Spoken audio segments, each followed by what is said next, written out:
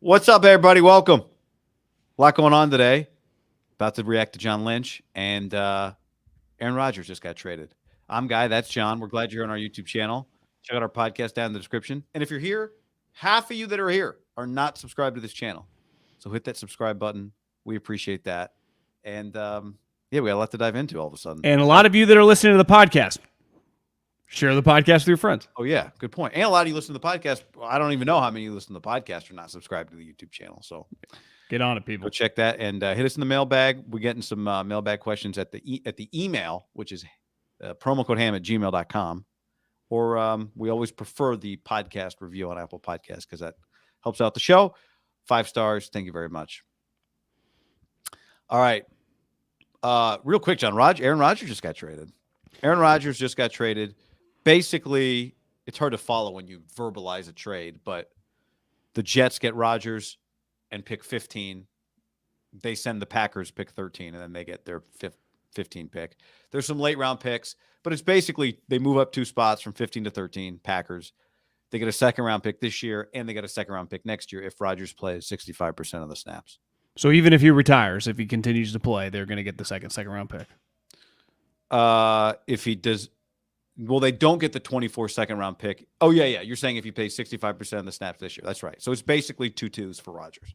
And I'd argue even if he plays this year and you have success, there's value in that, even if you get for 1 season, right? Like Aaron Rodgers has a lot of independent value, even if it's for 17 games, you win 11 games.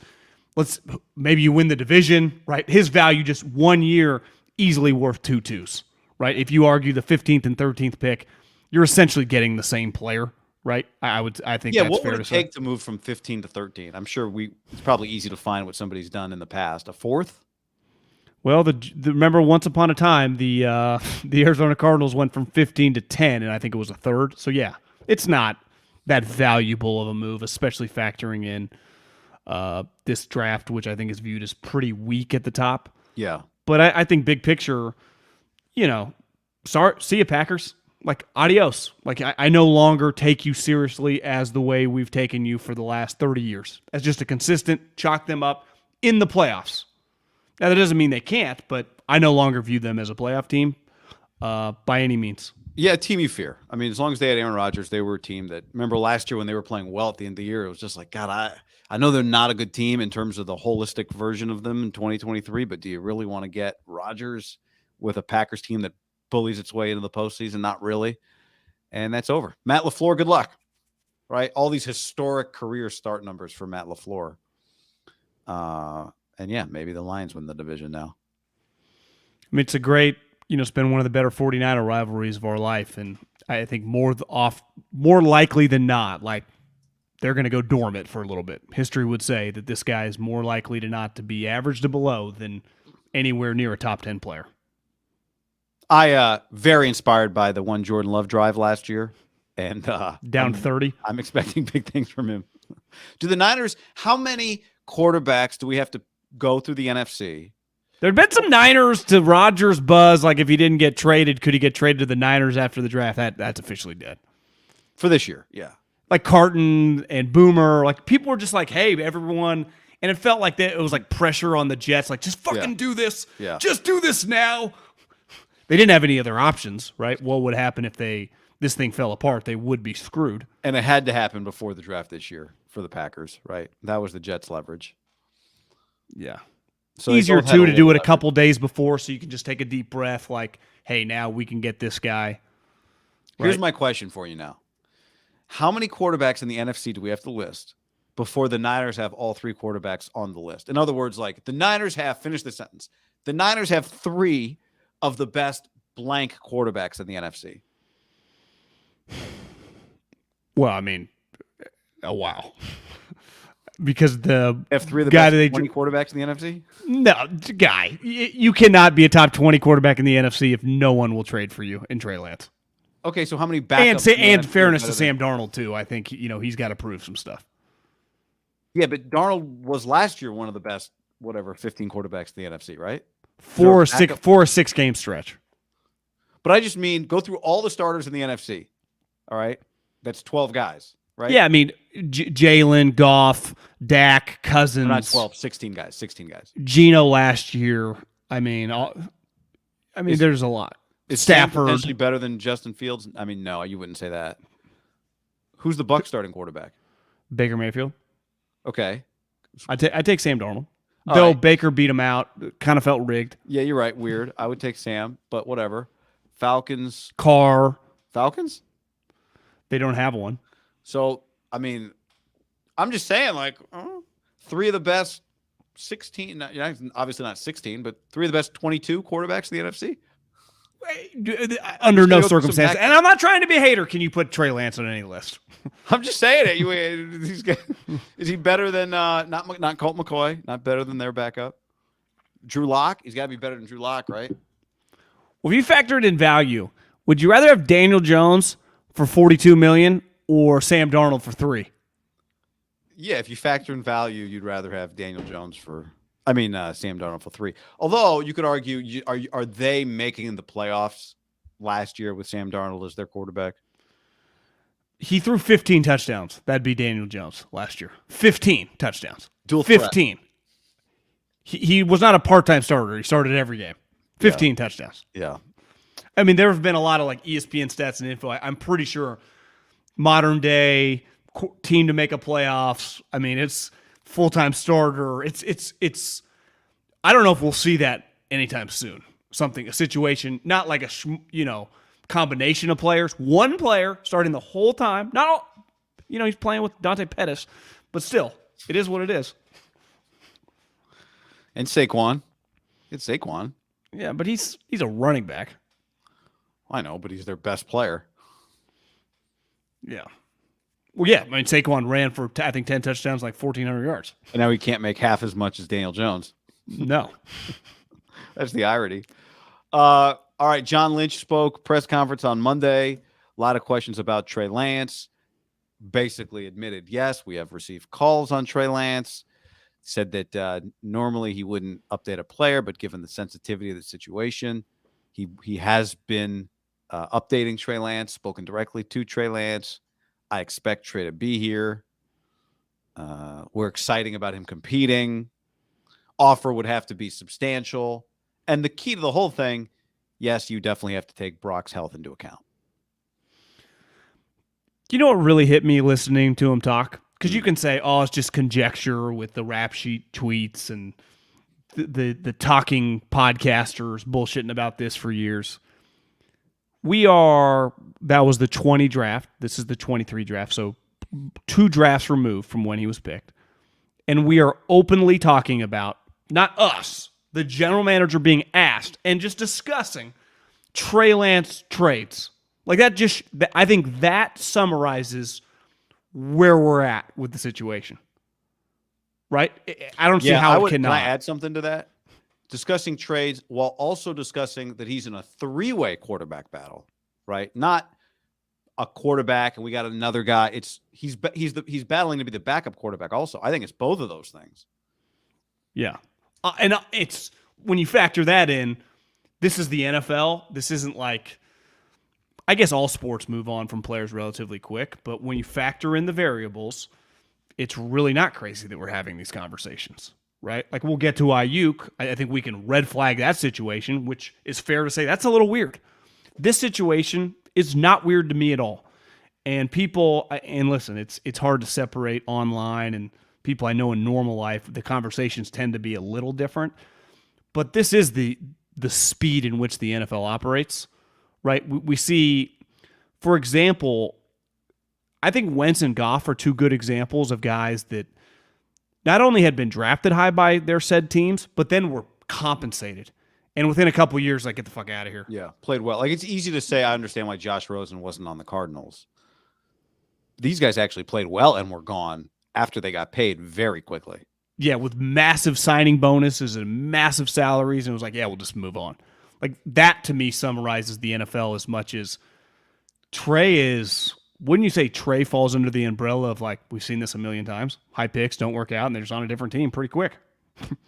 Yeah. Whether it's, I would say top 5 picks usually get more likely to get like 4 years than 2, but it operates faster. And I think it's fair to say moving forward, the old 4 years is probably 2.5, 3 now. What keeps the guy on a team is the lack of finding somebody else to replace him sometimes. Right. Some guys get an extra year just because it's hard to find quarterbacks. Emotional connection, I think, sometimes from coaches and GMs of he's drafting the face a guy. of the franchise, blah, blah, blah. Ownership. I think Daniel Jones would be a good example. I think ownership really liked him and was rooting for him and then had a reason to roll with him. Yeah. Yeah. But again, even that even before he went to the playoffs, he had 3 seasons of just every single game, right?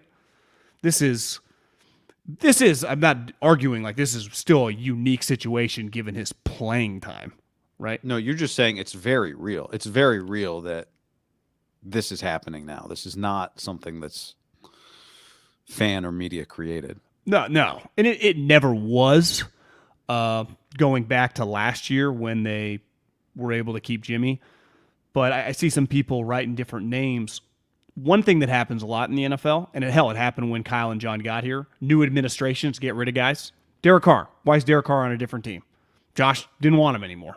Plain and simple, right? Darren Waller. They were just over him. Well, they didn't draft him. They didn't sign him. Well, technically they did, both guys, but you know what I mean? It's just not quote-unquote their guy. I would say this does have their guy written all over it. They did make the move. They did the draft pick. They did the trade, which makes it a little, which I give them credit. I mean, he's still on the team, but they do have a Belichickian side to them where they've proven it with Buckner, who, again, they didn't acquire, but had immediately proven to be their best player or one of them, right? And they're like, fuck it. Let's get the 13th pick. See ya.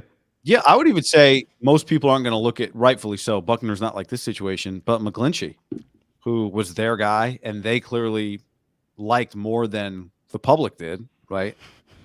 Now, that one was a little different, but still, if cost was no object, he would have been back for them, just like Buckner would have been back for them.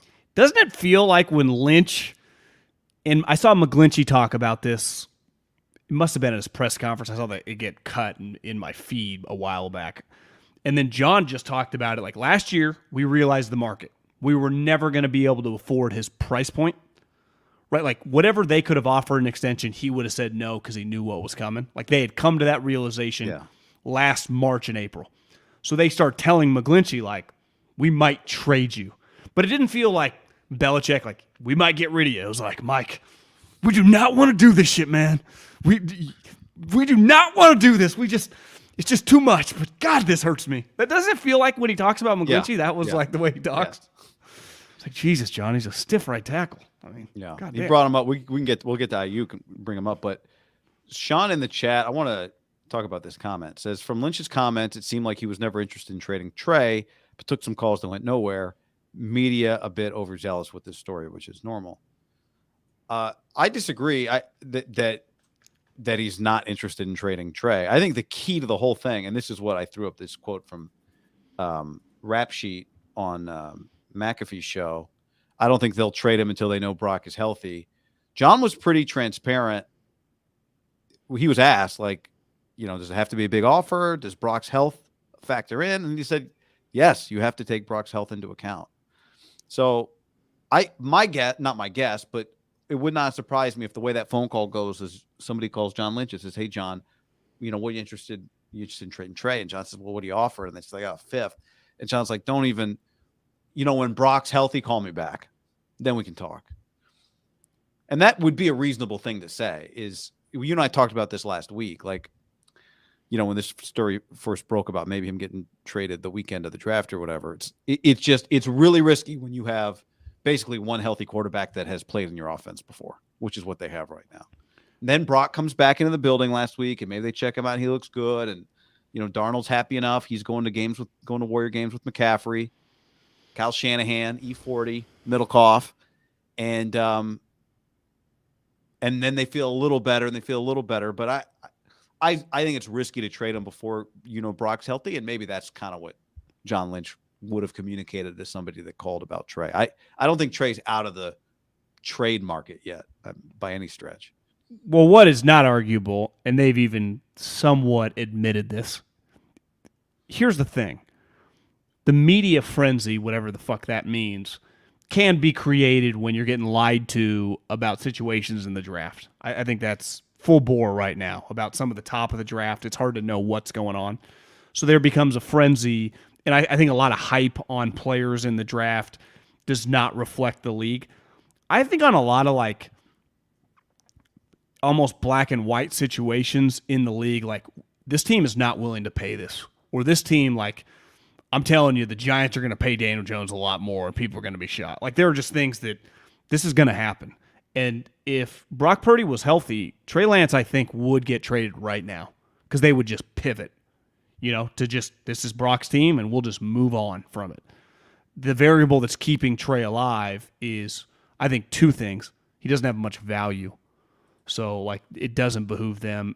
Like, if the best offer they get is like a 4th-round pick, they're like, fuck it, let's just see what we got. Even though if he gets beat out by Sam Darnold, that 4th immediately goes to, like, a bag of footballs. Right? Yeah. But it doesn't mean he doesn't end up playing. And also, is Luke the Don. Trey's pre-June 1 dead cap is basically 11.08 million. Post June 1 trade, 1.7 in dead cap. So it's about a $9 million difference if you trade him before June 1st and after June 1st. So you're saying you're better trading him after June 1st than before? Yeah. Yeah, and these contracts are done to protect. I mean, he got a fully guaranteed 4-year deal when you're drafted really high, right? When you give people always like, I'm confused by the salary cap. Well, guaranteed money just dictates your survival usually, right? For any player at any number, because whether it's a $12 million hit cap or $30 million, like teams do not want to take dead cap hits, right? Like the Rodgers situation is very, very unique. They're going to take it on the chin, and they're just waving the white flag on it. Pretty rare, I would say. Because I would bet in the Packers building right now, they would go, if Jordan's good, we think we will be in the mix for a wild card spot. They're not looking at it like we're going to suck, right? Right. We got high picks. We got more picks. If this guy's good, we drafted well the last couple of years. We got a good coach. Yeah, we got division's wide open. Good culture here. We got good players on the team. Like Goff, Cousins rebuilding, and Fields are the quarterbacks in our division. Yeah, one of the Lions had back-to-back solid seasons. Let's pump the brakes.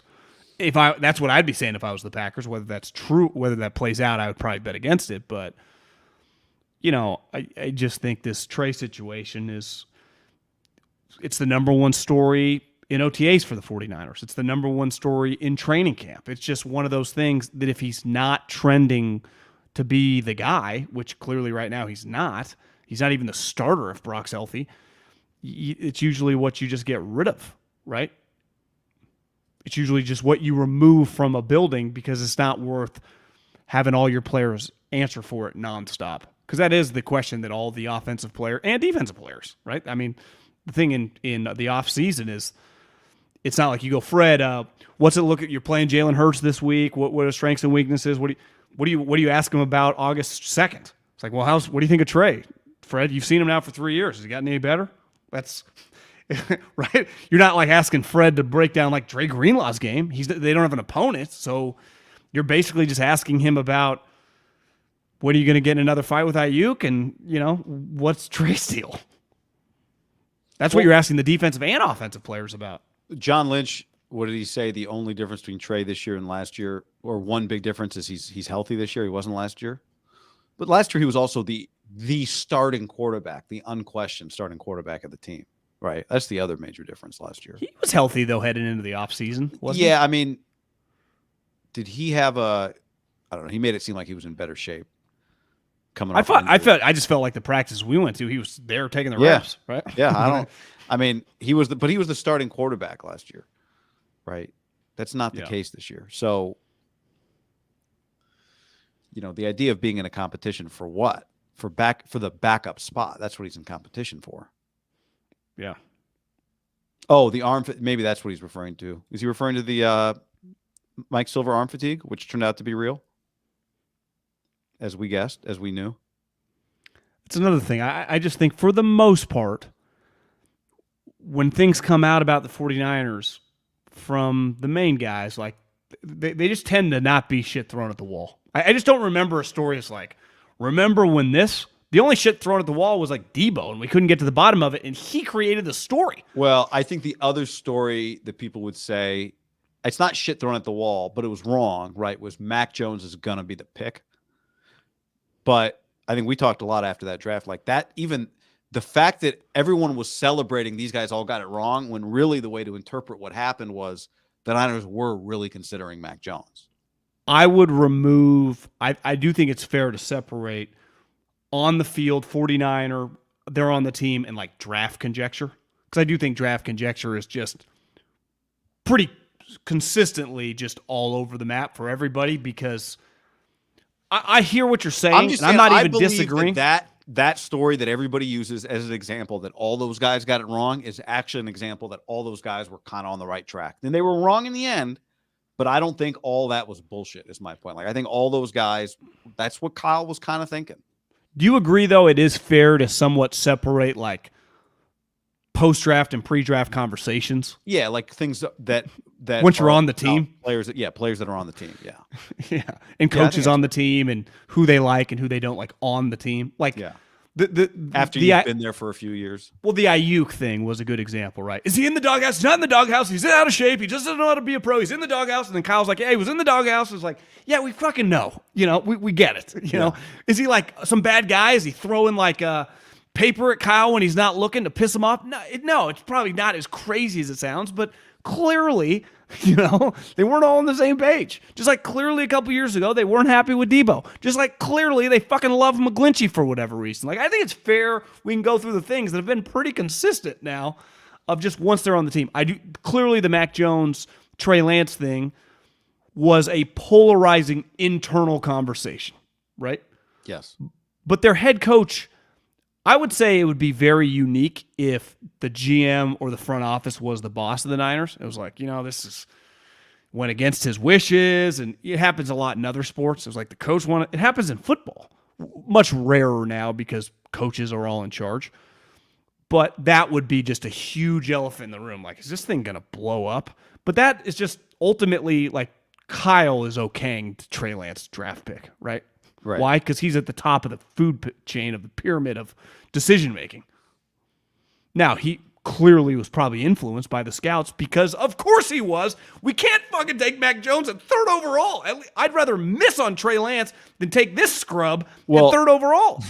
Wouldn't it be great if it turned out one of the scouts, somebody in the room, Rand Carthen, was like, Kyle, I'm telling you, you can get the same guy in the 7th round with the last pick next year. Trust me. And they did. Yeah. Because that's what happened, right? That is why it's a perfect example of why you don't take Mac Jones 3, because you can get Brock Purdy with the last pick of the draft. Well, when do most things blow up is when you screw up and you can never fix the situation, right? Ultimately, if Purdy is healthy, right, and he can just be solid, they had a major problem if Trey Lance is a whiff, right? Well, they were able to kind of Band-Aid this major leak in the ship, because if you trade that much for a quarterback and he whiffs, last year they got so lucky with the Jimmy situation. Well, that immediately ended, right? And if Purdy never, they would be somewhat fucked. You'd be like, God, are they going to like trade up to get Tanner McKee in this draft? We'd be talking quarterbacks in this draft, right? Like just take Hainer with one of those 3rd round picks, right? I mean, but they were able to kind of move on, and everyone just, the speed in which the NFL works, like, people just move on. Well, it's like the 2017 draft, right? The day of the draft, Solomon Thomas and Reuben Foster. You said this the other day. What did Peter King call it? An A+ or whatever? He said it was like the greatest movement of people in the draft room on the same page, wheeling and dealing. Right. But the draft itself can't be an F because you drafted George Kittle in the 5th round. So now, ideally, you nail the 1st round picks and you nail the George Kittle pick, but it's not the way it always works. It's not the way it works usually. Well, I think one thing, and they talked about this, and I've watched a lot of snippets from just different teams, and every team's different, right? Because some teams, like, for example, the Eagles, I watched some of theirs with Sirianni and Howie. A lot of it are about, like, the guys they've re-signed. It's not even about the draft, even though they have high picks. A lot of it's about Jalen. It's about re-signing guys, letting guys walk. Just it's about specific things to that team, right? I watched a little of Rams. It's about like the quarterback situation with Tannehill, re-signing guys, letting guys walk. Every team is different than how they're being talked about. And even today, right? What was it? John Lynch, the majority of the questions were not about the draft picks. They were about players on. It was basically a press conference about your squad, right? What's contract situations, trade situations? When do you get this extension? What's going to happen here? And one thing I think they've really, really done a good job of, and he mentioned this, like every general manager, like what kind of players you look for, they all kind of talking the same thing. And John listed like 3 or 4 things just kind of off the top of his head, but he really hammered this home, like the physicality element. And he ended up talking about it for a couple of minutes. Like we take the physicality to people offensively and defensively. And I think it's easy in a draft room to be like, he's kind of a puss, but Jesus, this guy, if this guy hits and we could get it in him and our coach can, this guy could fucking be I don't even think they mess with that. There's no, this guy, we haven't quite seen it on tape, but he's 6'4", he's 300. I think he could immediately plug and play at right tackle. Like, I just think they at this point in time, and they've kind of hit on it, they haven't we don't mess with it. Football IQ is the other one, right? One of the things that he mentioned today. Football character, that's always something he talks about, which is what you're talking about. But football IQ, he's like, what did he say? Like, you don't need to be a rocket science, but you got to know how to play football. Which was one of the reasons they were so confident in the Trey pick, is because they thought he had done a lot of stuff in college, right? He'd run some of the same offenses, doing all these checks at the line. The irony is that Purdy told the Kelsey brothers today, they're like, didn't you run the air raid? He's like, oh yeah, it was crazy. Like, he's like, you'd look to the sideline, they'd signal in the play, the defense would steal your signals. He's like, this is so much better. So Brock did not. He's like, we're never under center. That's the irony. Is Trey did. It was an easy sell. It's like, look at all this stuff in North Dakota State. It's what they do with the Niners offense. It's the same. Brock did none of that shit. None of it. But isn't that the argument of like, if you and I ran a venture capitalist firm and we were looking to hire someone, do they have to have a finance degree, or could we just get the guy that like is the smartest, can figure it out, who's wired the right way and going to do everything to learn what he doesn't know? Now, I would say that Purdy, going back to Mahomes, who ran the air raid, both really benefited from kind of taking a deep breath and not being thrown into the fire immediately. Yeah. Like, they just got to see sets of game plans. I mean, Mahomes only played the one game. Purdy didn't start till week 13, or week 14 was his first official start, right? And honestly, wasn't even the true backup till week 3, right? So he even got a couple weeks to start the season of just being the third, watching these two guys, kind of figuring it out. It'd probably be a pretty crazy transition, right? Like, because you would argue that if I just hired a accounting major in my accounting firm, he'd get it right away. But there would be some guys that in a year or 2 years would figure it out more than that guy if he has a limited quote unquote ceiling. Right. Yep. And that's the one thing I remember Howie that I learned was like, this guy's he's not a good student. They say he's kind of dumb. They'd be like, well, how does he learn football? And he'd be like, well, actually, the fucking position coach says he's like kind of a football genius. They're like, well, I don't give a shit if he doesn't. How'd you do in like classes you didn't like? It's like, yeah, I didn't do well either. And also, think if there's a million variables. Your classes versus your class. Your classes at some guys' classes at Missouri versus some other guys' classes at Washington, right? There's a million variables. GPAs, whatever. And there's also always been in your program, study like hall, all that. An old adage of like sometimes guys that are too smart think too much. There's like this fine balance of like you just got to let it rip, right?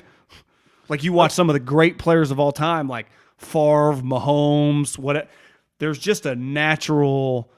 It was kind of a knock on Peyton. Like, is he an overthinker? Like Brady's Rodgers is like they're thinking, but they're also playing free. It's hard. I mean, this is the highest level of. It's a job that pays $50 million a year. There's same last for time Russ I checked, Westbrook's there's job. Not many.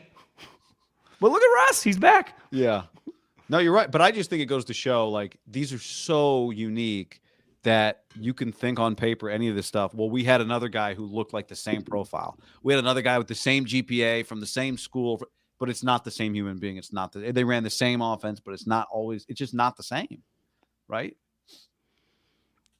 That's like can Ohio State quarterbacks not play in the NFL? Is that just there's never going to be one that can play in the NFL? I mean, the guys who played in 1993 did not run Urban's offense, so no, they ran like a run-first offense. yeah, I mean, like, but I'm just saying, like, I think the pushback on that program specifically is like they have such superior talent than literally every team they play besides someone in the national championship or even Michigan. People even acknowledge like their roster is better than Michigan. Yeah. And then specifically with the quarterback, you could argue that Tua, his second to last year, or I guess it was his last year, and C.J. Stroud 2 years ago played with the greatest collection of wide receivers. Both had 4 top 15 first-round picks on their team. 4! Not like, we play with 2 first-rounders. No, we play with Justin Jefferson, Jamar Chase, and Waddle, and Devon. It's like, and Njigba, and fucking Marvin Harrison the third, and this other guy. It's like, Jesus Christ. It's one thing to play with. Derek played with Devontae and some good players. What if he played with 4 Devontaes? Right. That's why these guys are. Has anybody ever been? I mean, the openness of the receivers on both those teams was just. The Alabama guys were so open all the time. I'd argue Ohio State. I don't watch that much Ohio State because I find them pretty boring. Like if you're just sitting at home and you flip it on at 11 o'clock and they're just playing, whoever. Occasionally, they get the Northwestern tied at half and you're like, oh, might be an upset, and then it rarely happens. That game was not good though last year. No, but you know what I mean. Most of their games are like, okay, they're playing Iowa or Wisconsin, and early on it's like 21-0. You're like, this is like watching Steph, LeBron, and Clay show up against me, you, and another. This doesn't even feel fair. No. And Wisconsin is like they have like a 17 next to their name. It's not like they suck. You're like, this is fucking crazy. It's pretty rare because even like Bama, you can run it. They've not that they don't have it happen, but like random SEC teams can have like the speed. You're just like they're better, but this team, the speed. It's like Iowa's look so slow. Yeah, their league, right? Their speed relative to their league, whereas in the SEC, it feels like the speed relative to the league, it's all the same. Yeah. Yeah. I don't know. It's why it's a complicated, the whole thing. Is getting back to Trey, the draft pick, I fundamentally disagree with ever making a pre-draft trade to go to like, I guess you could go to 2. Like if you told me that Team X has number 1 taking Caleb next year. And it's like, well, Drake May, he might not be Caleb, but he's like 92% of it. If you said that you traded up pre-draft to get the number 2 pick because you're like, I'm getting Drake May, totally get it. But to do what the Niners did last year, to do years ago what the Jets did. It'd be like trading up next year for number 3. That's pretty crazy. Right? Yeah. I just think I'm never okay with trading for pick 3 way before the draft. I think it's just probably not smart business. Yeah, unless you knew you loved Trey and you knew Zach Wilson was going to right, like you knew what was happening. Number 1, right? You knew they did. They did know what was happening 1 and 2. So it was kind of like in a normal year trading for 2, because you knew Trevor was going number 1. So the draft started at 2. It was just the perfect combination of desperation and all the COVID, what that 2020 football season even meant in college. Yeah. Which I would say Trevor Lawrence had just been playing he'd played 3 years, right? So didn't matter what had happened in 2020 for him because he had been in the national championship game as a freshman. Zach Wilson's year was completely different. I mean, it was a whole different guy his junior year. And obviously Trey, played 1 game. Yeah. At a small school. At an FCS school. So the takeaway here is watching John Lynch does not make you any less likely to think that Trey is getting traded eventually, potentially. Definitely makes it seem less likely he's getting traded this week. Would you agree with that? You come away going, he's less likely to get traded this week.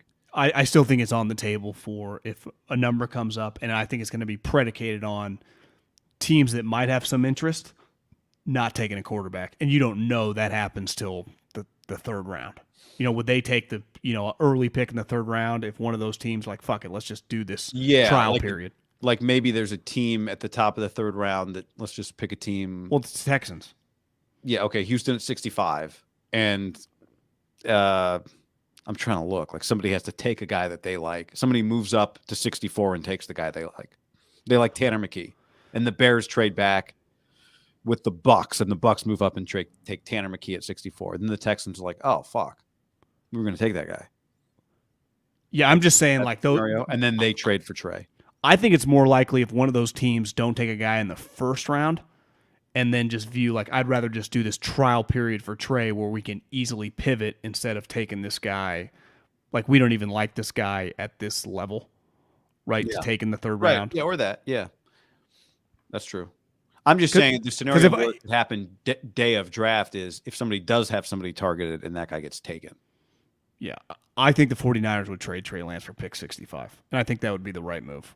So then they'd have if you just strictly based on value, they might say, listen, if we got to eat this one on the chin, we are more than prepared to do it. It's worth the risk of just keeping him around. I also understand that. Like it's not because 65 could easily just be Ty Davis Price, who doesn't play. More than likely, that's what it is, right? But I'll say this: if you're going to do that deal, you want to do that deal like Friday midday.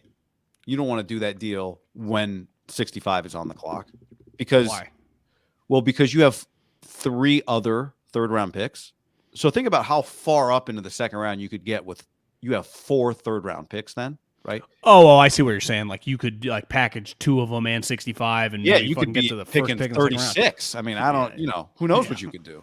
Yeah, I hear you. If there's even, John Lynch's big thing is it's a deep draft, which is what everybody has said. So, but I just mean like you get into the first round with 4 thirds. Yeah, because like in fairness, it's rare for GMs to just be like scrubs everywhere, right? I mean, most of them are pretty optimistic. What if you do get that trade though? Like the Giants have traded pick 25 for 65, 99, 101, 102, or whoever. The 49ers have drafted Mike McGlinchey. Yeah. 2.0 tackle Notre Dame. I mean, it just a big white tackle from Iowa. It would just Wisconsin. Like it was just oh my god. There's always a lineman at North Dakota State actually. Yeah, so, he lacks some foot quickness, but physically he's tough. He played guard, but we feel like we can bump him outside. Oh my god. The thing that I think actually, would you agree? It felt like the Aiyuk moments. There was like 2 or 3 Aiyuk questions that seemed like they got more attention, kind of got more interesting, were more interesting than the Trey Lance conversation, because he got asked about the 5th-year option. He wasn't even asked about an extension. And the 5th-year option for Aiyuk is $14 million for 2024, and those options are due on Monday. And the question was like, well, you had to make a decision. McGlinchey, you can't keep McGlinchey and Trent. That one wasn't a decision. You had to make a decision. Buckner or Armstead.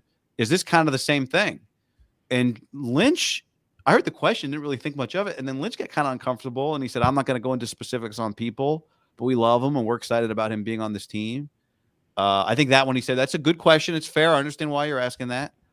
But, he got a little antsy just at the question about the 5th-year option that made it hard for him to answer as clearly as he answered, like when the question about Nick Bosa came up. And he said, yeah, we are not taking any calls on Nick Bosa.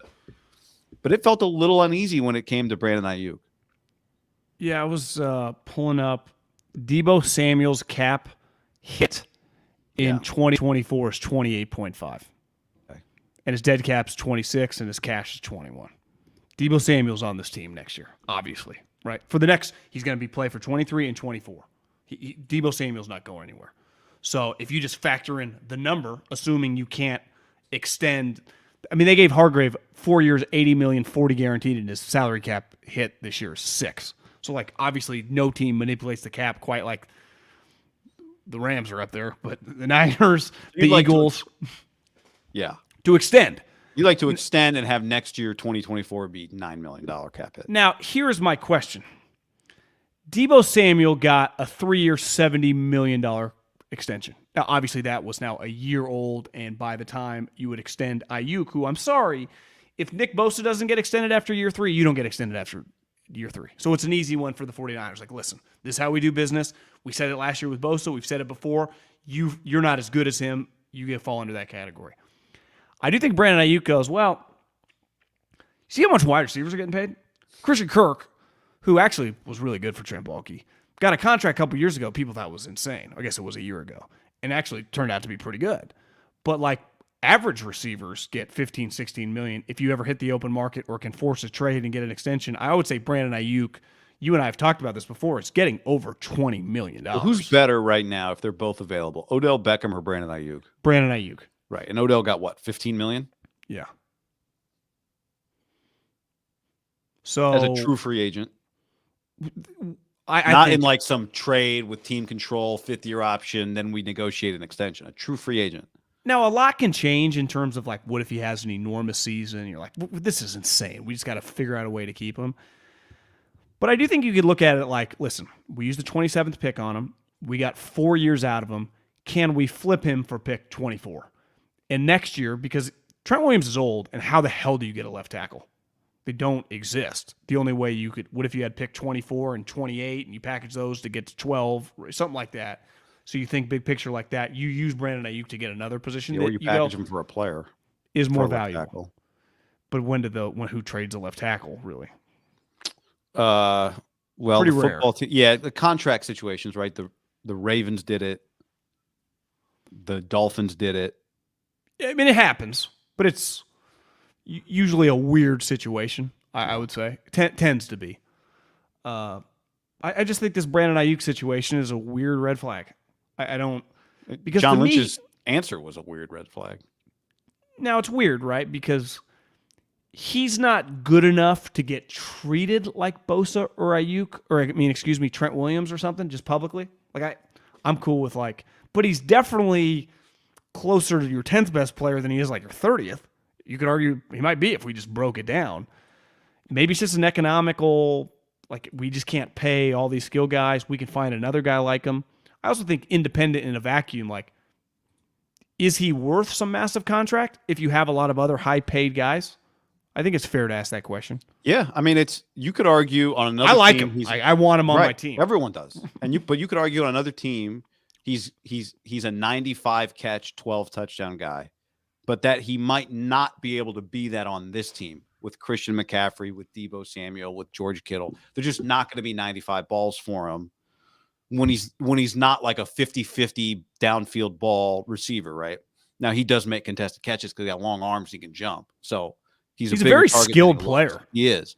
And I think he's in some ways more valuable than even 78 catches looks, right? Like, him and Amari both had 78 catches. Give me Aiyuk all day long, right? To this team. Well, one of the things I read this article, I think The Athletic. Juice. That's right.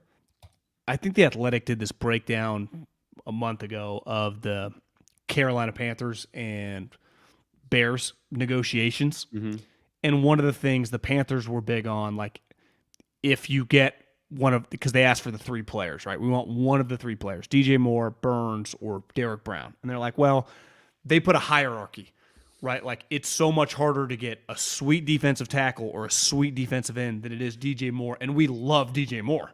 So if, like, to do this trade, we have to give up one of these 3. The only guy we're willing to give up is the wide receiver.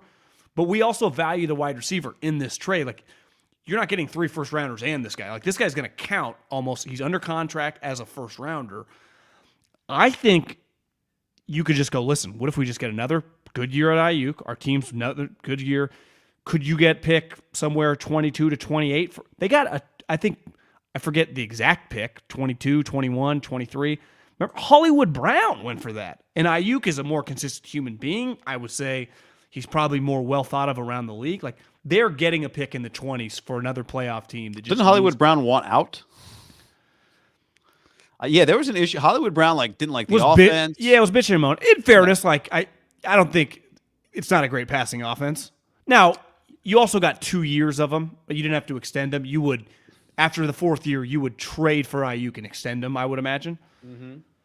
But I do think you get a first-round pick for him. Yeah, I agree.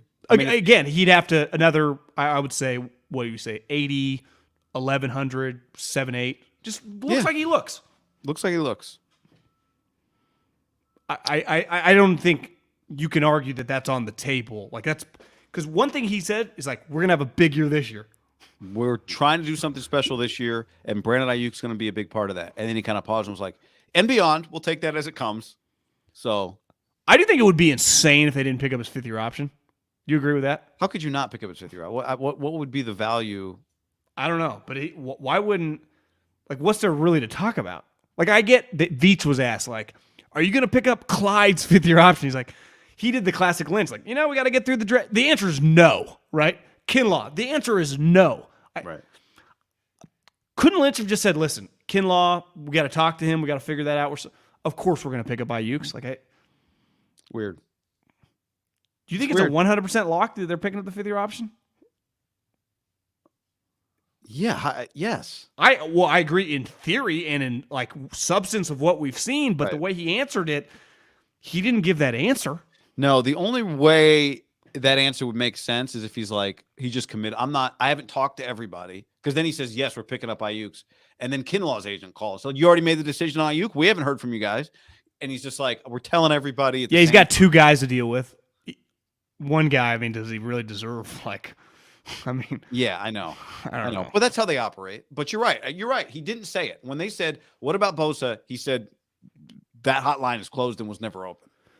But you do treat Steph Curry different than Jordan Poole. 100%. Nick Bosa special. But he gave a very clear answer on Nick Bosa.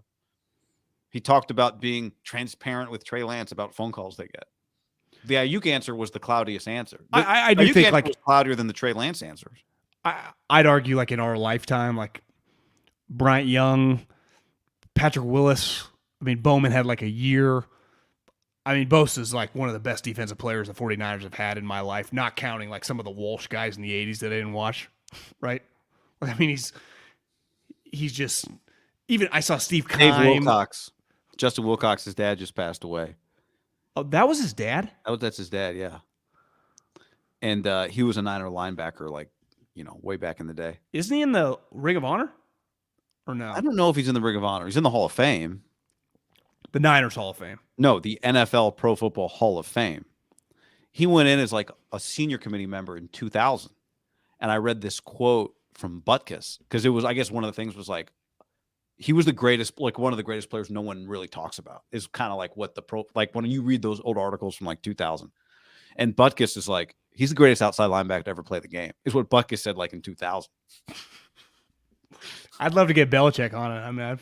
Belichick has some Dave Wilcox days. Not only did I not know that was his dad, I just honestly don't know anything about the player.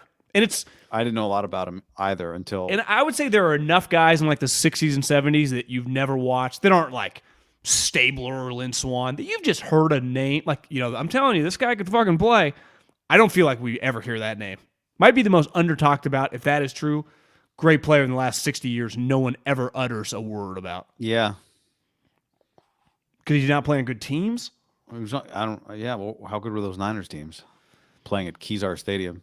Probably doesn't feel great. Something, are you thinking that would there be a benefit to not picking up the fifth-year option? No, if you were to trade him this week, Aiyuk. If you're the acquiring team, would you prefer that his option, you would then have the option to pick up the option, right? Here's what I would say. Last year, the Panthers didn't pick it up on. Oh, no, they did 2 years ago on Darnold. I would not be in the business of trying to do if you told me, hey, the Giants will trade their first-round pick for Brandon Aiyuk, given what's on the line in 2023, that's just a no for me. Do you agree? Yeah, I didn't get the impression he was about to do it. I don't think he's about to do it this year. But there are probably some teams that might give their first-round pick this year for Brandon Aiyuk. You can do it right now. Given that you get 2 years of him. Would not do it, would you? Well, Brandon Aiyuk would go have 55 catches for the Giants. Would you do a team's I'll give you my first-round pick this year and my second-round pick next year, something like that? I would not. And the reason I would not is you have been searching for your quarterback of the Kyle Shanahan era since Kyle Shanahan got here. You now think maybe you've got him in Brock Purdy. You need to do everything you possibly can to set that guy up for success in 2023. Beside the Chiefs, I would say the teams you're competing. I'd say that beside the Chiefs, the teams you're competing against, truly competing against, acquire, not get rid of. Yeah. And if they get rid of, it's well, fuck, we had to. You think we wanted to lose Hargrave? We had to fucking give Jalen all this money. It's not the Niners yeah, we're just. It'd be one of those overthink moves that they kind of like doing every once in a while. They have done it. You don't do it until Belichick you have to do it, right? The Chiefs had to do it with Tyreek. And Belichick always had Brady because Belichick never had to do some of them, but he did them. And I feel like the Niners kind of like doing that. Like, we don't have to do it, but we'll show you. Yeah. I This bet they've one they don't talked have about to it. do. But the point of they've this talked about conversation it. is they might have to do it next year. Yeah, let's just get to next year with the guy. You won't take a team-friendly extension and whatever, right? $14 million and 20. What'd you say? $22 million for Debo? 25.6 or 28.5. I mean, 28.5. Luckily, their QB room next year will cost $700,000. But even I'd say if you got Aiyuk's down to like 6 or 7, you're giving two guys $30+ million of a $210 million. Like that is a lot. You know, the cap space, two guys. Kittle's cap number's not tiny. At least those guys are good though. Maybe they look at it like you trade Aiyuk for first, you keep Jennings for cheap, and then you try and draft your number 2, or you do something else at that number 2 spot. Maybe they're bullish on old Danny Gray. Yeah, thank you. First one that came to mind was Amendola. Yeah, I know he doesn't catch many, but you guys see his tackles on punt team? If he can translate that into offense, we have Aiyuk. I know there's not a world where CeeDee Lamb is on the Cowboys, right? He's getting a contract extension. But Debo was that. Like, Debo wasn't leaving, right? That's After true. That year. Yeah, have your number 2 guy. Bose ain't leaving. Fred ain't leaving. He is in that camp where it's like, I like him, and I don't want him to leave, but like, we'll listen. Yeah, well, can your core beat 11 players? No, the Chiefs is like 3. Right. It just happens one of them's the quarterback. Fred Warner. How many? Like, what is the Niners core right now? It's big, right? It's Warner, Williams, Bosa, Kittle, Debo, Juice, McCaffrey. Thank you. Aiyuk. That's 8. We haven't even mentioned a quarterback. I mean, Greenlaw might not be sitting at the main table, but he's part of the group, right? He's under contract. Hell yeah, Greenlaw. Ward. Do you mention Ward? Charvarius. Yeah, I mean, fuck. 10. Robbie Gold when he returns. Probably Gold when he comes back. I mean, I haven't seen yet. Is Robbie signed as a big deal? No, I think he's still shopping offers. Robbie might be able to find a good offer in the transfer portal, signing a college team somewhere. Oh, Armstead. They paid Armstead. Armstead is part of the core. Thank you. That's 11 guys. So I was right. 11 guys. I wouldn't put Hufanga. I mean, I wouldn't say he's obviously critical as their starting safety. I wouldn't quite give him core status. I don't think you mentioned many of those players. Is Hargraves core? Well, I mean, you pay a guy $40 million. Yeah, I mean, sure hope he is. Now, does Hufanga belong on that list? Could this be Armstead's last year on the team, or local guy? Does he end up making a little less to stay? Feels like he really likes it. And the hard part is, like, if they get to the point where it's like, hey, man, the $18, $19 million a year you play for $9, and he's like, well, his agent goes, listen, I know you love it here, but I could easily get you 15. Yeah, no, you go. That guy goes 9 times out of 10. The overwhelming majority of the time. Pay cut means like 18 to 15, and then you move some money around on the back end. That's what pay cut usually means in the NFL, right? I mean, it's especially at his. How old is he? I mean, he's not that. He's not. He came out young. Yeah, so he's. I guess 31 max. His last deal, probably, if you're him. He's 29. I would say 29. You might see him. Maybe I wonder if you'll see him at the Kings Warriors game on Wednesday night. Do you know his? I would imagine maybe he backs out now that Fox's fingers fucked. That Calais Campbell, I think, is his comp, and Calais has been making cash consistently for a while now. Just there's another 10 for Calais. Calais was like old 5 years ago. I know. Truly, 2016. I remember thinking like he's a vet because I remember we interviewed him that year. He's not. He's old in terms of he's been in the league for a while, but where he's not old is there just aren't many human beings, even in the National Football League, that look like him. John, he played 8 years for the Cardinals. Calais. That was 4 teams ago. He's on his 3rd team. He's the Jags, the Ravens, and now he's on the Falcons. So he's played multiple years now for 3 franchises. Would you say they're somewhat similar? I'd say Calais' high end might have been higher, but I think Calais was he? I just mean on a guy that, like, if Armstead can just stay healthy, obviously he was banged up last year.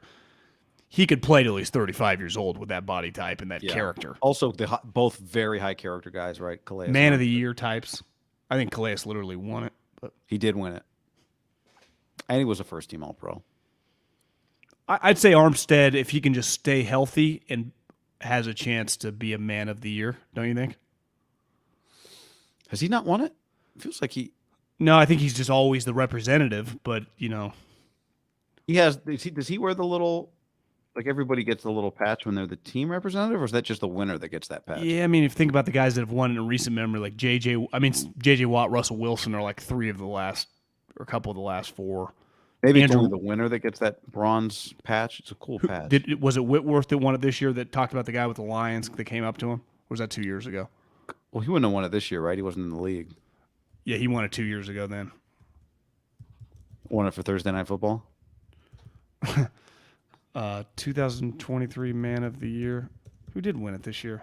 Armstead was the Niners nominee. Ertz? Dakota. Who? Oh, Dak. Thank you, Dakota. So the one thing going against Armstead is like Whitworth's probably closer to his comp, like Dak, Russell Wilson, J.J. Watt. I mean, these guys are. I mean, fame level. Like your fame level's real. You know. You think that matters for the Man of the Year award? It shouldn't, but I mean, Eli won it. I think 1 year. Eli definitely won it. Yeah. I'd say Armstead though is pretty. I'd say if Calais Campbell and Whitworth can win it, Armstead can win it. Right? If he's, I mean, a team captain on the fucking 49ers they have another sweet season. Mm-hmm. Probably needs to play. You know, I don't know if he can have like a plantar fasciitis, miss 10-game season. Well, you know, and that's when you talk about bringing him back for $9-10 million. He does have to, like, you're not paying him $10 million if he's going to play 7 games. No. I mean, part of the Eagles are a good example of. Now, I know they won a championship with those guys, but like they've shown a lot of loyalty to Fletcher Cox and Brandon Graham. And I would imagine to Jed, I think a lot of that's Lurie. Like, I mean, I'm not saying Howie doesn't like those guys, but it's like you get to a point in the NFL, like, could you just pivot? Right. And I just wonder if Armstead's a guy that I do think means a lot to kind of the very unique Sacramento, Bay Area guy, like, you know, lives in the area. Like, Debo's had like 3 different homes in the last 3 different years in the offseason. Last year was Florida. Now it's Scottsdale. You know, it's like he's out immediately. Kittle's got a fucking ranch in Nashville. Like, Armstead's probably getting to have like an enormous house in Sac when he's retired and come around the 49ers a lot. Yeah. Right? Yeah. There is, I'm with him. There is value in that. Like, Jason Kelsey, the rest of his life is living in Philadelphia, right? Like, you do. The Niners get lucky with that older crew of guys. Like Steve Young lives down the street. Ronnie Lott, Jerry Rice, right? That is a big part of historic franchises. Do get off on that shit. Yeah. And obviously, Staley comes around a lot. Gore, draft meetings. It does, you know, like Kings Warriors, all of a sudden, Vlade, Bobby Jack. I know Bobby technically works for the team, but Peja, these guys that do not work for the team anymore show up. Have you seen Vlade and Peja at these games? They were there week 1. Or, I mean, not week 1, but game 1. Isn't it kind of funny, like you were the GM and now you're just a fan? Like, probably team ambassador or whatever, Vlade. Weird transition, especially Vlade if everyone and kind of work together. Vlade did say basically, if I don't take this team to the playoffs, you can fire me. So I think it was probably a good relationship. Peja's kid goes to Jesuit, right? Yeah, we did. Or Stanford now? Finishing up. He's a senior in high school. Yeah. Like, do you count Bobby and Doug Christie if they are on the team payroll still? Probably. Doug is on the staff. On the bench. Yeah, on the bench. Bobby coaches the team in Stockton, right? So it's like, yeah, I mean, they're coming. You know, they're coming. I texted Doug the other day, and he texted me back probably 3 hours before game 4. He's like, "You coming to the game?" I was like, "Nah, no tickets." He's like, "All right then."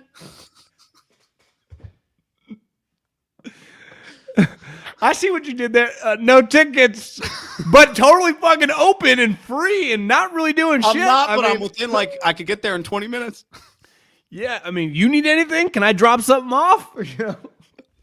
Would be great to see you. Tell Bobby I say hi. You know. Did you always ask Mike Brown about me? We're buddies.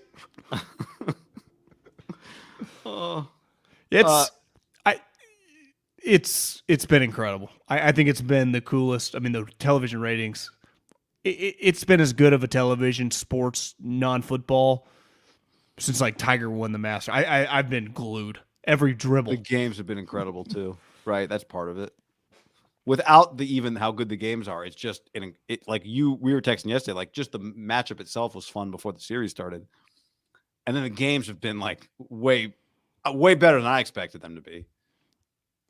They've been incredible games. I don't think there's anything cooler in a basketball game, especially a big marquee, living up to the hype basketball game. Under 24 seconds left, the team down 1 or 2 gets the ball. Like that is just that doesn't really happen in football. I guess you get a field goal, but it's not the same. It's just the coolest. In a lot, I would say it takes longer in football. This is like, all right, we got a timeout, and then in 30 seconds they're running the play. And the majority of time, we say 50-50, it gets fucked up, so it doesn't flow right. Yeah, but quarter of the time, it's games sweet. In this series end with buzzer-beating, game-winning threes miss, right? Wiggins in game 1 and Barnes in game 4. If you watch Draymond postgame, he talked a lot about the postgame podcast, which was he must haul ass home because he was home. That podcast was up quick. He talked about he took responsibility for the Steph screw-ups, but he also said something pretty interesting. He's like, basically, he just went to bat immediately for Steph. Like, everyone's calling him Chris Webber 2.0, which you can't. Steph's got 4 championships, so even if he did fuck up, they have nothing in common. Then he said the one thing that Steph was getting a lot of shit for is why did he shoot so fast? Yeah. After the screw-up? Right. And he said, one thing I wish I would have done is, as he's been a guy that screwed up before, you're rattled a little bit. And he's like, he's not rattled like I'm choking the game or I'm choking our dynasty, but you're just, it fucks with your mind immediately right away. And he's like, I should have said something to kind of calm everyone down, or I should have played a bigger role. We didn't want to bring up another defender. It's why I didn't do like a pick and roll, but I should have kind of ad-libbed when I just can kind of tell like he was rattled from the sense of like, I'm a fucking idiot. Right? It's just you're just not. And I was like, I didn't even think about that, but it's genius. Like Draymond is. But I don't know what you say would be my question to Draymond, because like they show the huddle and stuff's like, I'm good, but you're not good, right? You're not. You're right. How could you be? Good. That's a great point. I did not think of that either. He said, but I don't know how to go. Well, he's like, when you just let him go ISO kind of in that situation, there's just if you like kind of run a play, which ideally they want to keep in Steph's hand, there's kind of a flow and you just kind of forget it. But like he's dribbling, it's in his mind. I don't know. Here's why I would defend Steph on that play, though. He got open at the free throw line. Like, what is he supposed to do? Well, Draymond says he hits that shot 85% of the time. So he hits the shot, they're up 3. It doesn't matter that there's still 20 seconds left. You know, like that's where I would say Steph got open. He got by the defender and he got open. So I don't know what he's supposed to do. Not take the shot? No, I guess you take the shot. Dribble around, get fouled. I mean, you could argue don't take the shot. You could, I guess. You just dribble and just shoot a shitty shot with like 4 seconds left. By the time it hits, they only get it with a couple seconds. Yeah, I'm just saying I get why you don't. I get why you take that. I do. It's not crazy to me that he took that shot, but maybe it's why he missed. Because you're right. How is he not absolutely killing himself? Like, we're about to go down 3-1. Harrison Barnes is going to hit a game winner against us because I just did that. I do think under no circumstance, I've seen a lot of people. Now, big picture, if that timeout had ultimately cost them and like Draymond leaves and they trade Clay and it's like, God, that was kind of the moment. I get it, but it's like, I'm sorry. I'm watching the game thinking, I think Steph has talked about like, you know, he's like 10th best player of all time. Are we sure he's not closer to like top 5 than the way he gets discussed? Yeah, Doris actually said during the game, like, I know it's crazy. I think he's still underrated. I'm like, you know what, Doris? I think you're right. Well, like, LeBron is widely considered, beside Nick Wright, the second best player. Beside who? Well, Nick Wright considers him better than Michael Jordan. I think he's just gotcha. by himself. Got it. Yeah. You know, he's the only human alive. Yeah. And obviously, like LeBron and Bronny, who has his own commercial now. With LeBron's not even in it. You see that commercial? Like LeBron doesn't even make cameos. It's Bronny. No, what's the commercial for? Like NBA playoffs where you get in a car. Similar to their old commercial where they were both in it, but now it's just I keep waiting for LeBron to show up, and it's just Bronny. But I'm watching thinking, and I'm not trying to shit on LeBron, but like they both got 4. I guess LeBron has another MVP or 2. couple MVPs. But, like, is the gap that big between those two guys? It's hard because we saw LeBron, even as a young player, carry a team, right? Well, Steph did that. Yeah, but it took Steph a little longer. I'm not trying to say Steph is better than him or even they're equals. I just wonder, is it closer? Like, I was thinking about the next kind of tier guy is like that, kind of Magic Bird, the bigs, and then like that Kobe Duncan. And most basketball people like put Duncan above Kobe, but they're just kind of like synonymous with each other. Mm-hmm. Is Steph better than both those two guys? Yeah, I think he is. So I put him ahead of those two. So it's like Steph's 6 right now? Yes. Yeah. Yes. Because he was consistently better. I came around a lot on Kobe, but Kobe's got a lot of a lot of stuff went sideways because of Kobe. And Duncan was the opposite. He was more like all the team stuff, unless like he didn't have to dominate. And Steph feels like the best of both worlds. Like he could just turn into Kobe and eviscerate you, but he's always like high-fiving a guy. Like, is that Choriza? Like, who the fuck's he hyping up? There was a moment yesterday where there was like a breakaway where he fucking shot out to the left side and DiVincenzo fucking hits him in stride. Yeah. And he starts screaming at him to ultimately have him turn around and give him a big fucking high five. Like, great, smart play. It's like he's Duncan and Kobe combined. Because he can just score 35 a game with ease. At 35 years old. That's the other thing. He's 35. Like, part of why LeBron gets credit. He's not falling off at all. Bill Simmons thought, is this the best version of Steph? Not the best stats or whatever, but like he's a dominant when he drives. I remember thinking 2 years ago or last year, we were seeing the best version, whatever year it was, the best version. Like I think one thing that would make Simmons right is he's in every year that has passed, he is never in worse shape he has not had a season yet where he's in worse shape than the year before, right? Do you watch sometimes? So that alone, to me, it's like that's a big part of the game. It's like he spends so much time just running in circles. It's insane. He never looks tired. But there was a play late in the game yesterday where I'm not pretending to be fucking, Nick Nurse here, but Fox clearly went under the screen. He wasn't even close to Steph. Steph hit it. And you could just tell De'Aaron Fox, who is probably like top 5 in shape guy in the NFL or NBA, is just gassed. I mean, he's like, this is exhausting. And it's like, Steph wasn't even huffing and puffing. Now, maybe they run a little more consistently, right? The Warriors are less likely to just sprint up and down. Yeah. Now, Steph does once they get into half court. Yeah. Kind of does the. Yeah. It's weird because he plays. He like turns into Kobe or some great scorer, but he also has this element of like Ray Allen, Reggie Miller, where it's like there's just never been anything quite like there never has. Well, think about like Simmons' is he just point. really Magic Larry? Like if you just wanted to be like Magic Larry, Steph, like if that was your 3, wherever they are, like 4, 5, 6, right? Right. Because what they meant to basketball, big picture, like it was dying. They saved it.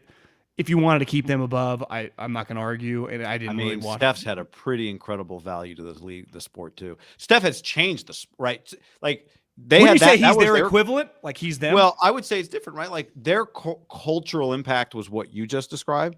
Steph's cultural impact is he's changed the way the game is played, starting in like, whatever age kids are old enough to throw the ball further than the free throw line. Steph has changed the way the game is played. The entire sport changed because of him.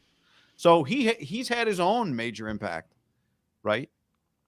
That I think is equal to or greater than Magic or Larry's, what they did together. So I don't think he is not second to them in cultural impact on the sport. Yeah. He ain't done either. Well, but anyway, but to the Simmons point is like, he's only more skilled, right? His skills haven't diminished. Right? His fitness hasn't diminished.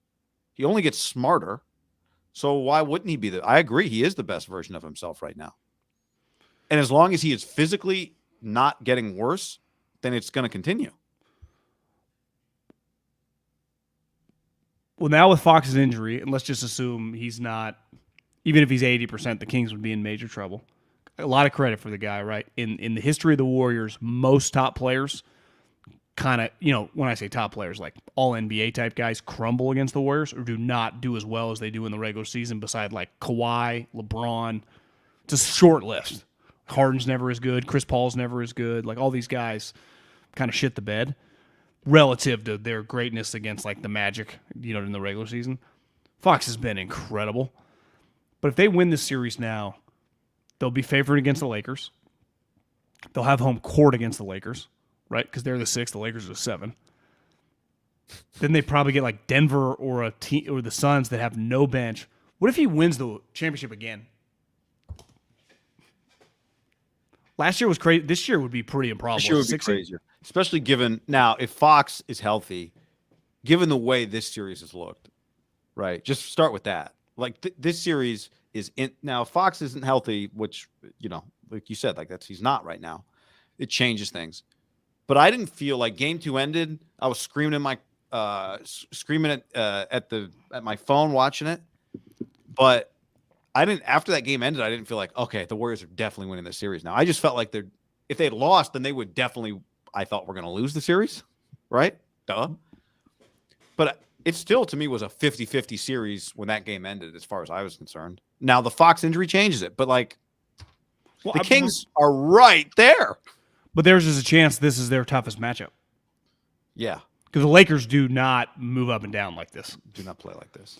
And listen, not a huge fan of the guy anymore, but you watch LeBron, he is not nearly as quick as he once was. Like, it's pretty noticeable, even now, relative. He had like this under dunk the other day. He does not fly like he once flies. He doesn't move like he once. He's still great, and his stats are awesome.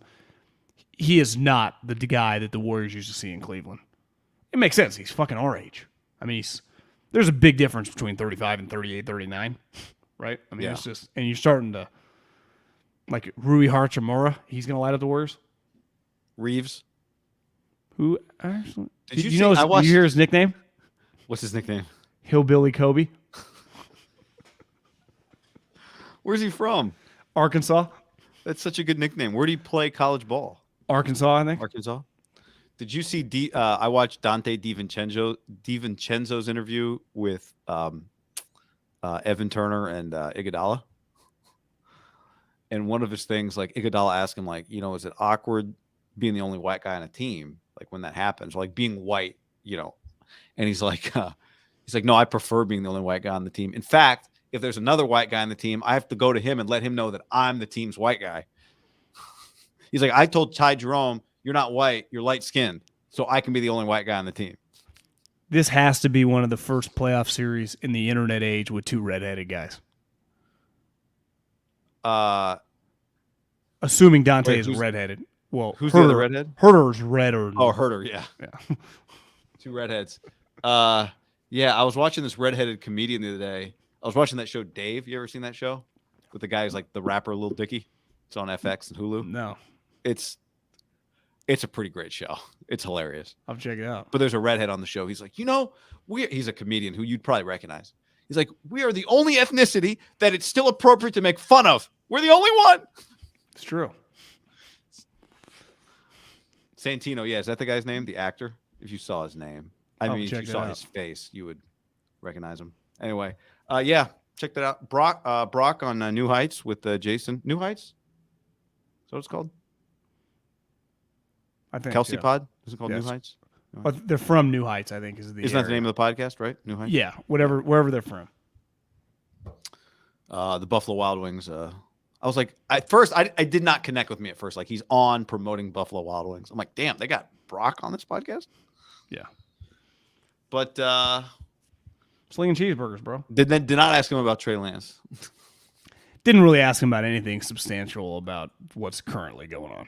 They don't even care. They don't care. No, they're not here to break news. Thing's doing that thing's doing 600,000 views whether they ask him about the hottest news or not. Maybe 1.5 million. It'll do. I wonder, what do you think that's at right now? Well, it's probably been up for less. It's been up probably for 12 hours. I'm going to guess 300,000 views. No, 250? No, I mean, it's only at 47K. How long's it been up? 8 hours. It went up this morning. Okay. Doing well, though. You know what did pretty big for them is, and I've seen a bunch of clips on my shorts, is the Shannon Sharp. Looks like their highest rated video yet. When was that? I didn't see that one. That would have been like 2 weeks ago podcast. All right, anything else? Look for Middlecoff behind the Warrior bench at the game. Warriors Kings, game 5. What are you going to be wearing? I don't know. Casual something. So not King. You're not going Kings Warriors. Yeah, well, I mean, I think Bob Myers, the cowbell guy, was sitting right like a row. My buddy Scotty Rayburn went similar seat, and he said Bob Myers was right behind him. Aisha was right in front of him.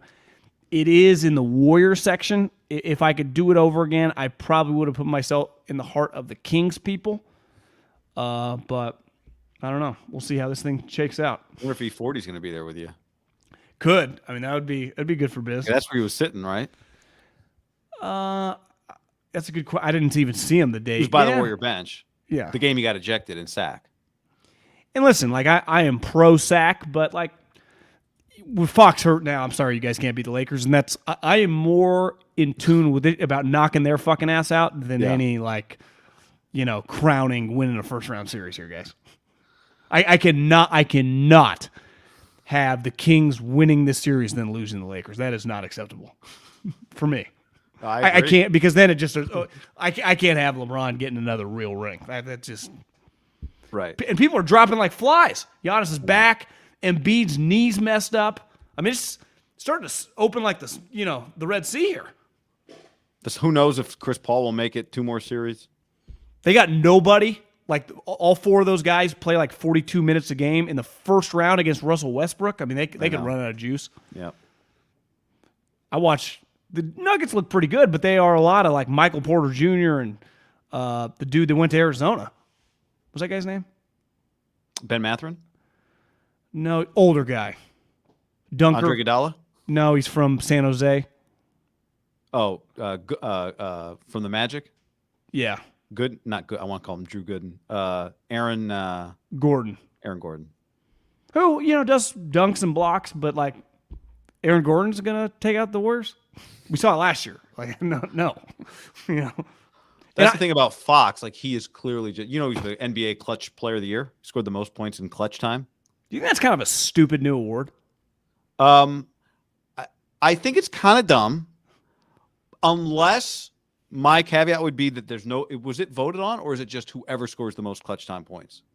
I thought it was a vote, but I could be wrong. I would be more in favor of the award if it's just clutch time. It's whatever it is, like last 5 minutes for 8-point game or whatever it is. Whoever scores the most points, that person just automatically wins that award. I'd be good with that. It's like winning the batting title. Like, we don't vote on who the best hitter is. You just had the highest batting average. I'd be cool with that. I think what's cool about the award, at least this year, it's like he immediately validated it. He's like playing defending champs. He's hitting like fadeaways. He's keeping them in the game. It's like, God damn, this guy is clutch. Even Draymond at the end of the game was like, we cannot let him beat us. A lot of guys like Donovan Mitchell scored 2 points in the second half, crumbled like a cookie. All these guys just melt. That's why it's hard to take the NBA seriously. Like the majority of like the media hype guys, this guy's worth $200 million. Most of them are not. Well, we talked about this a few years ago. I remember, because I said I didn't think the Bucks were like a legitimate champion. They're just different. They were legitimate, but they're just different. When you look at the history of the league, it's not like every few years there's some new star who comes along and wins a championship. Like, nope. It's just the Lakers, the Celtics, the Pistons, the Spurs, the Bulls, the Rockets, the Mavs snuck in for a year, the Lakers and Spurs again. The Pistons got in there for a year, but they were really good. Miami did it with 2 legit stars. And, and then the Warriors. That's what scares me about LeBron and Anthony Davis right now. I got to have them KO'd. Well, I'm just saying, my point on like all these there's always like a new guy who's going to come up. Like, yeah, go back to 1980. There's like, I don't know, 9 franchises that have won the championship. Ja Morant, like, give me a break. Yeah, it's not going to be Ja versus Donovan Mitchell for the title. No. The Kings becoming like some sort of again, we're just so far away from anybody becoming a dynasty. It's so freaking hard, right? To become what the Warriors have become, to be that level of franchise. The Kings doing it would be kind of fun. Well, I was listening to Sam Amick and Kawakami and Slater on the plus minus 82 thing. And he was like, I think Kawakami was talking to Wiggins, and he's like, these guys fucking just keep coming. This is crazy. And, the Warriors do not love putting people on pedestal or whatever. Like, to get their respect, it's like, clearly these guys have their respect, and that's hard to do. They don't think it's they're like fakes. Kawhi, LeBron, last year, though they swept them, like, they're like, Jokic, this guy, if he had some help, he's sweet. It's a rare, like, they think Harden and CP3, they don't take those guys seriously at all. And they're already like, Jesus, these guys. Yeah. So, Kings, you'll have that this offseason? Yeah. And they'll have if they lose because their guy got hurt, they'll have that, right? Because when the Warriors lost in 6 games, Mark Jackson wore all black? Pink tie, maybe? No, 7. That was 7? It went 7, yeah. Did Steph get banged up in that series? They lost somebody, David Lee, and remember they lost Game 7 in L.A. You just reminded me. That was the story Iguodala told DiVincenzo. He's like, one thing about David Lee, man. If the other team had a white guy, David Lee was like, I'm taking him tonight. Like, that's my guy. I'm going at him.